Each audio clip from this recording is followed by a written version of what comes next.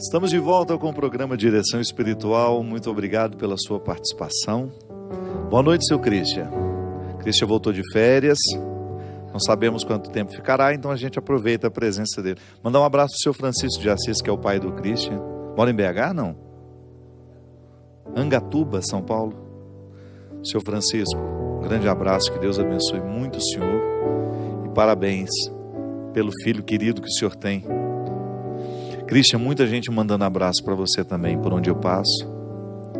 Algumas pessoas acham que a gente mora na mesma casa.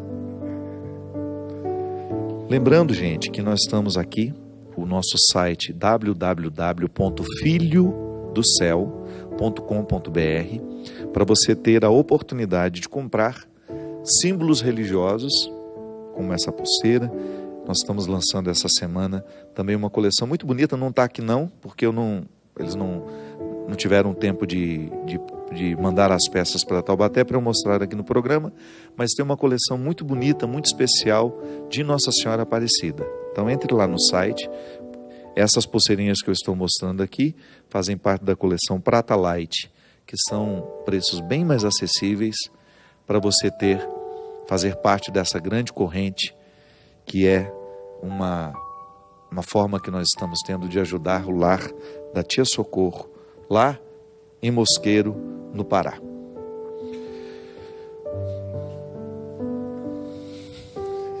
Queria também agradecer a todas as pessoas que estão ajudando a Canção Nova nesse tempo difícil. Você sabe que ao comprar um produto da Canção Nova, você ajuda a evangelizar. Canção Nova vive tempos difíceis, assim como todos nós. O Brasil passa por um momento difícil, mas como a Canção Nova não comercializa o seu espaço, né, de TV, de rádio, de internet, tudo aqui é feito com a contribuição do sócio evangelizador. Nós não temos aqui inserções de empresas. Então, é uma obra que depende da contribuição das pessoas. Então, nós queremos agradecer a todos aqueles sócios que estão colaborando para que o projeto da M Almas não pare, que é justamente manter essa programação no ar. É dar continuidade a esse grande sonho do nosso querido Monsenhor Jonas Abib, o nosso pai fundador, que é justamente levar a Canção Nova a todos os corações que necessitam. E eu que tenho a oportunidade de viajar, minha gente, é impressionante como eu encontro pessoas que foram resgatadas pela Canção Nova. Ontem mesmo, né, o encontro é muito rápido, as pessoas passam para autografar o livro, mas eu sempre escuto uma história ou outra que me toca muito. E ontem passou por mim um rapaz, um moço, que nem tinha muita cara de gente da igreja, né? Um moço aparentemente rebelde nas suas vestes, o seu cabelo, as suas tatuagens. E ele me olhou e me disse assim: padre, eu comecei a assistir ao seu programa, eu tinha 17 anos, hoje eu tenho 27. São 10 anos, a princípio nas quintas-feiras, agora nas quartas. São 10 anos que o Senhor faz parte da minha vida. O Senhor me retirou das drogas, o Senhor mudou minha vida. E depois de ter mudado, de ter me arrancado do fundo do poço, o Senhor se tornou uma pessoa que me ajudou a ser gente. Eu fiquei muito emocionado quando ele falou isso. E logo em seguida eu parei para pensar que nada disso seria possível se não fosse o sonho de um homem, de um padre, de ter um veículo de comunicação que pudesse única e exclusivamente comunicar o bem. Não há nada na programação da Canção Nova que possa ferir a sua família, não é? A gente está passando por um processo agora de muitas discussões no Brasil, onde a criança está sendo um ponto de partida e de chegada dessas reflexões. Alguns discursos muito inflamados, algumas pessoas sem nenhuma tolerância para falar sobre o assunto. O fato é que as nossas crianças são a nossa maior riqueza, E nós precisamos ter muito cuidado com aquilo que nós oferecemos a elas. Eu sempre gosto de lembrar que a autoridade é você decidir pelo outro no momento em que ele não tem maturidade o suficiente para decidir sozinho. Então o pai e a mãe são aqueles primeiros responsáveis por aquilo que é oferecido à criança. Hoje, por exemplo, uma notícia assustadora: descobriu-se na cela de um estuprador no estado do Piauí que um menino, acho que de 6, 7 anos, estava debaixo da cama desse estuprador, dentro da cela, dentro da prisão. E depois os investigadores descobriram que quem colocou aquela criança lá foi o próprio pai, que negociou com esse estuprador o próprio filho. Eu, quando tive na casa da tia Socorro a primeira vez, lá nesse lar acolhedor, foi mais ou menos um mês antes dela morrer, eu tive o contato com algumas meninas de 10, 11 anos que estavam grávidas de seus pais. Uma realidade, minha gente, que não dá para acreditar. A minha amiga Fafá de Belém, que está lá já em Belém, preparando o círio, a varanda de Nazaré, é uma mulher muito engajada nessas questões. Ela conhece bem a escravidão sexual, ela conhece muito bem a prostituição infantil, que é muito comum, mais comum do que você imagina, no Nordeste e no Norte do país. Existe aqui para baixo, mas eu acredito que, por ser o Norte um lugar grande demais, às vezes com comunidades muito distantes das cidades, as comunidades ribeirinhas, cidades à beira dos portos.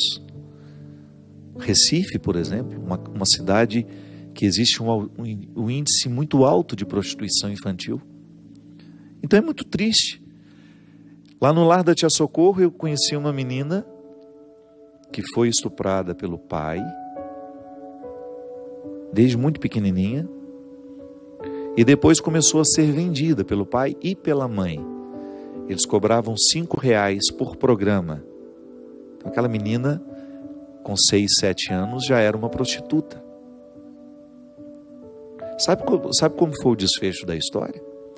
A menininha, agora acho que ela tinha 10 ou 11 anos, ela foi à delegacia e denunciou o pai e a mãe. Ela saiu de casa, não aguentando mais aquela vida que eles ofereciam a ela. Ofereciam não, que eles forçavam ela a viver. Ela foi até uma delegacia e denunciou pai e mãe. E depois ela foi acolhida lá no lar da tia Socorro, também grávida. Então, a gente ter o cuidado de saber o que nós oferecemos aos nossos filhos. Essa primeira formação, essas primeiras informações sobre o mundo, sobre a vida, sobre os afetos, não é a escola que vai dar, somos nós. E toda a casa tem autoridade afetiva sobre a criança. A começar pelos assuntos que nós discutimos perto delas. Sim, criança tem que ter ambiente de criança. Nós não podemos discutir questões que elas ainda não sabem assimilar, que elas ainda não sabem processar, porque senão nós traumatizamos as nossas crianças.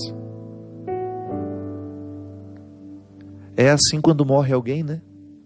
Não tem como esconder da criança que morreu a mãe dela, por exemplo. Mas até a forma como nós contamos precisa passar pelo cuidado, para que ela depois tenha condições de organizar o luto, claro. Mas o sofrer da criança é diferente do sofrer do adulto. Então essa nossa responsabilidade em oferecer um conteúdo saudável, eu sei que as nossas crianças já têm mais autonomia do que nós tivemos, elas começam a ter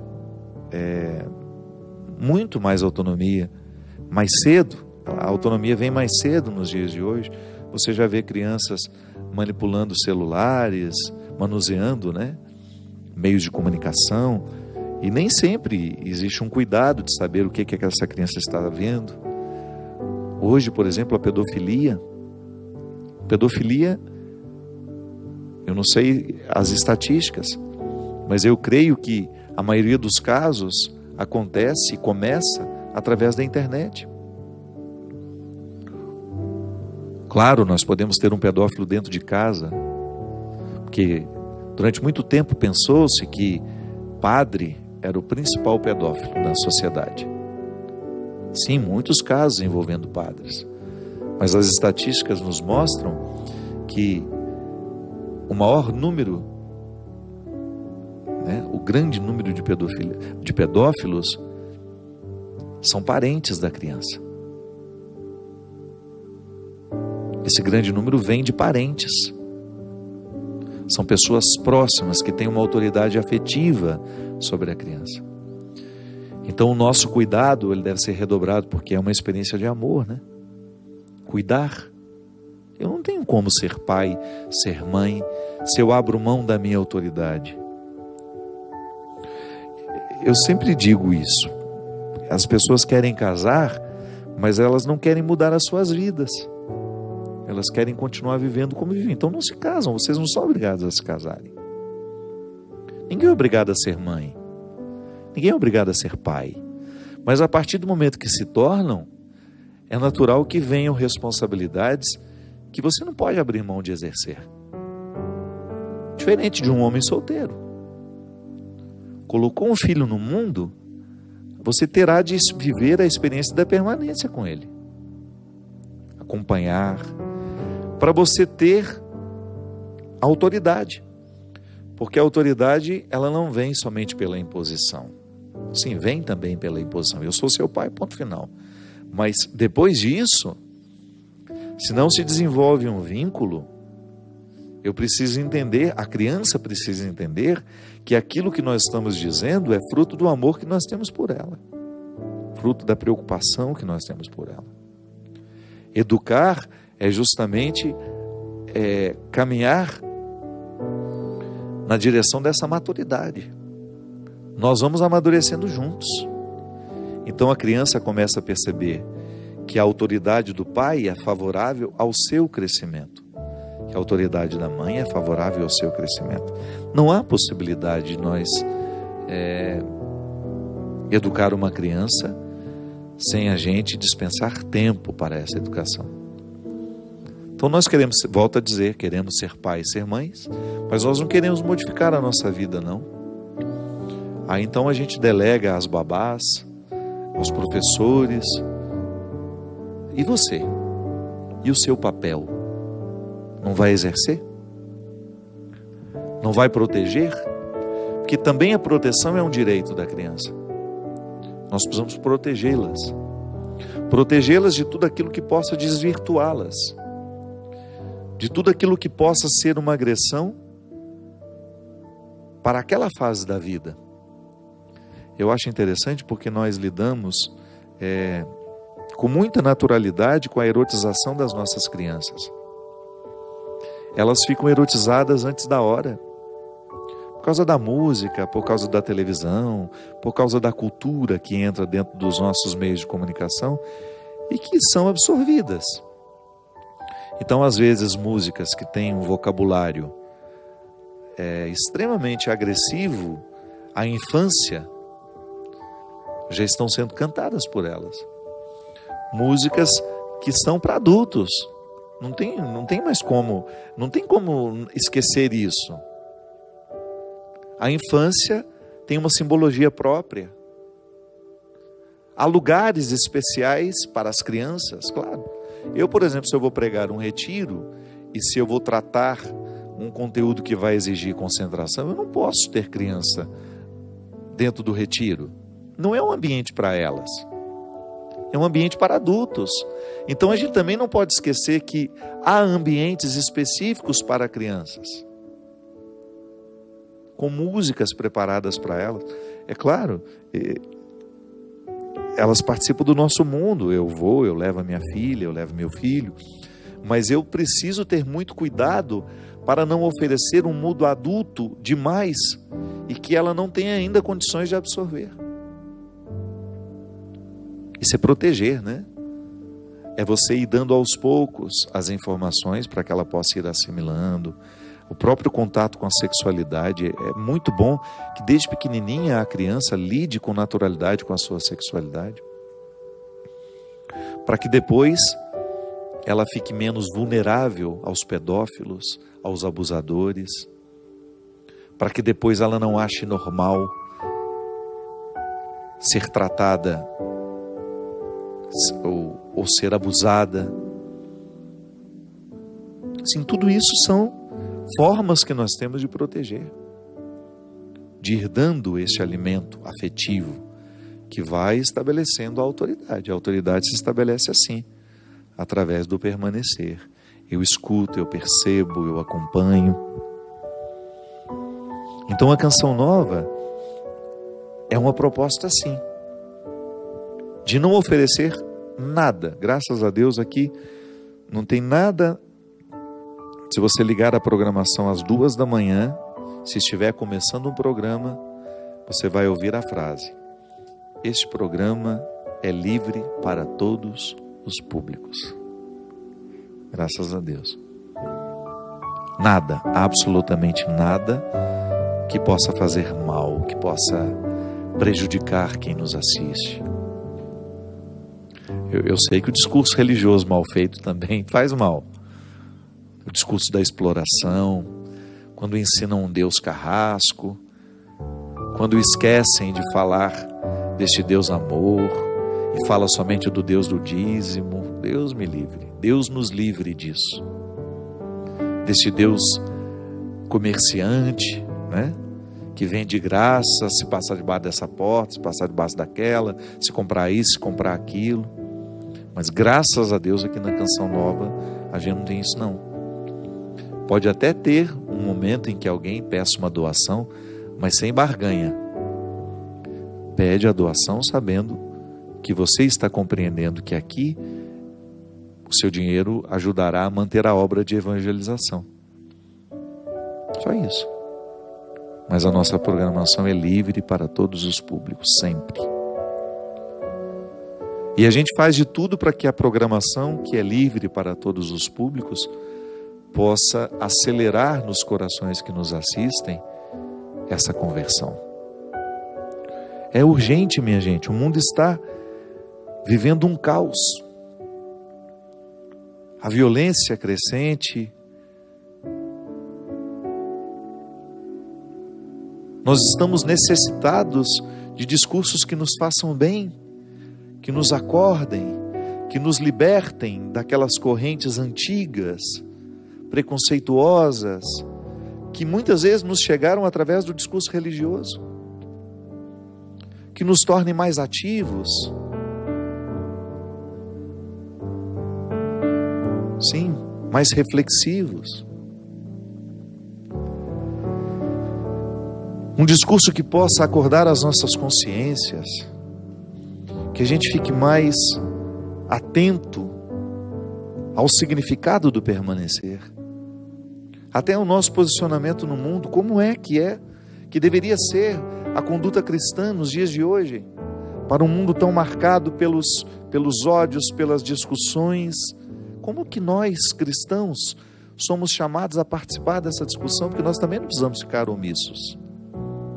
Mas nós podemos, há uma forma cristã de participar de tudo isso, sem chamar de canalha, sem chamar o outro, sem julgar o outro no contexto do menosprezo, como se eu fosse melhor por pensar diferente. Não, é meu irmão que está errando, mas é meu irmão. Aquele deputado, o mais corrupto de todos, o senador mais corrupto de todos, o presidente da República, o ministro corrupto, é meu irmão. Queira ou não, faz parte da mesma condição que eu. Eu também estou sujeito a ter erros semelhantes ou iguais, ou até diferentes. Por que o pecado dele é pior que o meu? Para me dar o direito de usar os termos mais baixos para me referir a ele. Então há uma forma de ser cristã. Há uma forma de ser cristão. Há um jeito de se portar, sim, em qualquer ambiente, que é típico nosso, que deveria ser natural em nós, pelo simples fato de estarmos presos a essa videira. Quais são os frutos que nós produzimos por estar nele? E é isso que o mundo observa. É isso que o mundo presta atenção. Para saber se os frutos que nós estamos produzindo são coerentes com este Deus que nós anunciamos. Sim, a nossa programação é livre para todos os públicos.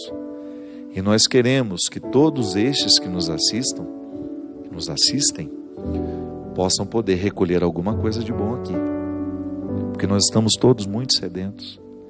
Ontem, vendo aquele auditório repleto, escutando tanto o professor Karnal, como também me escutando, eu via aqueles olhares atentos. Aqui nos nossos acampamentos na Canção Nova, me impressiona 100.000 pessoas ali dentro. Aquele silêncio quando a pregação está acontecendo. Aquela sede de encontrar uma palavra que possa ajudar a viver. Sim, eu sei que muita gente me assiste assim, com desejo de encontrar aqui na nossa reflexão uma força para continuar vivendo. Porque isso nós precisamos. Não há ninguém que não esteja necessitado de uma palavra que ajude a viver, de uma palavra que ajude a permanecer, de uma palavra que ajude a dar conta da vida. É isso, minha gente. Nesse dia dedicado a Francisco de Assis, o grande amigo de Deus, que por ser amigo de Deus, tornou-se amigo da humanidade e do mundo criado, sendo capaz de chamar um lobo de irmão. Motivados por essa espiritualidade, nós queremos pedir a Deus a mesma graça, que nos dê um coração irmão, um coração amigo, um coração que saiba cultivar a intimidade e a crescer com ela. Derrame sobre nós a bênção e a proteção do céu, hoje, com a intercessão de Francisco de Assis, sobre todos nós, o Deus Todo-Poderoso, que é Pai, Filho e Espírito Santo. Amém. Até a semana que vem, se Deus quiser. Muito obrigado pela sua companhia.